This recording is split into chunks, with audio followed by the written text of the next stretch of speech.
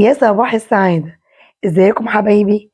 معاكم ميري أنور، جاية لكم النهاردة بغدا روعة، أكلة جامدة جدا تنفع معاكم غدا أو عشاء، اقتصادية وسهلة وبسيطة، وكمان نباتية حلوة أوي أوي لحبايبي نباتيين، وكمان تنفع معانا صيامي. هنعمل مع بعض صينية البسلة وهندخلها الفرن، هيبقى طعمها جامد جدا، وقدمنا معاها كمان رز بالشعرية بجد خطير. يلا مع بعض نشوف الطريقة، ندخل نشوف الفيديو دي للآخر، بس اوعوا تنسوني في اللايك والشير والسبسكرايب وتفعلوا زر الجرس على الكل. يلا بينا نشوف الطريقة، يلا بينا. ويلا مع بعض حبايبي نعمل وصفتنا. هنجيب كده حلة على النار وننزل فيها بربع كوباية زيت، ما تكترش زيت، احنا عايزين نخليها أكلة خفيفة وكمان اقتصادية. وهنزل عليها بصلاية مبشورة، مش ناعم قوي ومش خشن قوي، يعني زي بصلة التقلية العادية. واول ما تشكشك معايا بالشكل ده انزل عليها بمعلقة توم. هنا معلقة التوم عندي مش اختياري، دي اجباري، بتخلي طعم الاكل يروح مكان تاني خالص. ومعلقة كزبرة صغيرة وفلفل اسود ومعلقة خضروات، وعليها نص معلقة ملح. وابدا اشوح كل الحاجات دي مع بعض لما اشم الريحة الجميلة دي. واكون مجهزة بقى خضاري، عبارة عن ايه؟ معايا جزر انا مقطعاها مكعبات صغيرة، انت بقى طبعا كميه الجزر او الخضار دي حاجه ترجع لك. وهنا انا مقطعه جزرتين مكعبات صغيره، وابدا اشوحهم مع البصل، كل ما انزل بنوع خضار اشوح زياده. وجهزت معاكم كوبايه كده، حوالي كوبايه بسله غسلاها، وهنزل على برضو المكونات بتاعتي. طبعا هنا خضاري انا صابح، انت بقى لو عندك مخزنه مفيش اي مشكله، برضو هتعملي نفس الطريقه دي. في المرحله دي اكون مجهزه معاكم شفشق طماطم، انا فرماه مش مصفيهم. نزلت على الخضار بتاعي واقلبه كده، وهكون مجهزه معاكم معلقه صلصه. هنا الخطوه دي مش اجباري، دي اختياري، بس انا بحبها تديها لون حلو قوي في الخضار بتاعي.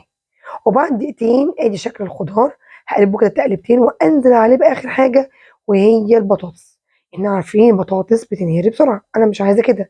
اديت الجزر والبسله غلوه، وانزل عليه بالبطاطس واظبط احيائي بقى. متنسوش ان احنا حاطين معلقه خضروات. يلا مع بعض نجهز الطاجن. وادي خضاري بعد ما اخد غلوه على النار، وهنبدا بقى، طبعا مش مستوي ده ني، هنحطه بقى في الطاجن بتاعنا، في الصينيه، في البايركس، في الطاجن اللي موجود عندك. بس هنا عندنا الخضار لما بيخش الفرن بياخد طعم حلو قوي، بيختلف خالص خالص ما يكون على النار من فوق. هحطه طبعا في طاجن بايركس، انا بحب اكل في بايركس اللي بيخلي شكل الاكل جميل قوي قوي. هنزل بكميه خضاري كده، تمام، وافرده في الطاجن او الصينيه بتاعتي. وهنا حبيت اخلي الطاجن سبايسي، حطيت له قرن فلفل حار، ممكن تستغني عن الخطوه دي، تمام.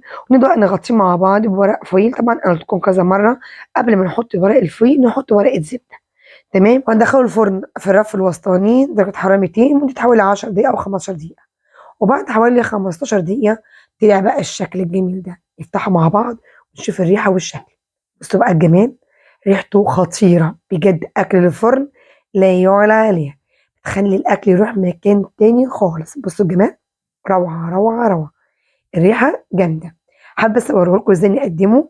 قدمته مع رز بالشعريه، طبعا انا عملته كذا مره على القناه، بيبقى جميل قوي مفلفل وحلو قوي. وده شكله، وده اكلنا النهارده، اكل نباتي صيامي حلو قوي لحبايبي النباتيين، وكمان اقتصاديه. وقدمناه مع رز بالشعريه، عايزه تقدمي معاها الرز تقدمي معاه عيش محمص، بالطريقه اللي تعجبكم. بس صدقوني مش معنى ان هو اكل نباتي يعملوا كده اي كلام، بالعكس، دخول الاكل الفرن بيخليه يروح مكان تاني، ويبقى حاجه كده عظمه بجد روعه. بصوا بقى شكل الخضار ولون الطماطم، كل الاكل مستوي. بصوا بطاطس اهي حطيناها اخر حاجه عشان ما تاخدش معانا سوا، بس لكم قد ايه ان هي بصوا مستويه وجميله جدا، ولسه لما تبرد تستوي اكتر. طعمها جامد قوي قوي. يلا جربوها على طريقتي. الاكل النهارده جامد، حلو، اقتصادي، نباتي.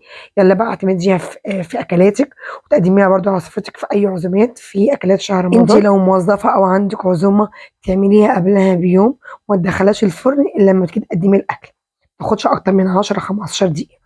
حلو قوي. واتمنى الفيديو النهارده يكون عجبكم. وبعمل اكلات اقتصاديه، مش معنى اللحمه والفراخ غاليه ما ناكلش، لا، ممكن نعمل اكل نباتي مغذي ومفيد وسهل وبسيط. بألف هنا وشفا. وأتمنى الفيديو يعجبكم، لو عجبكم لايك وشير وسبسكرايب وتفعلوا زر الجرس على الكل. بشكركم جدا، باي باي.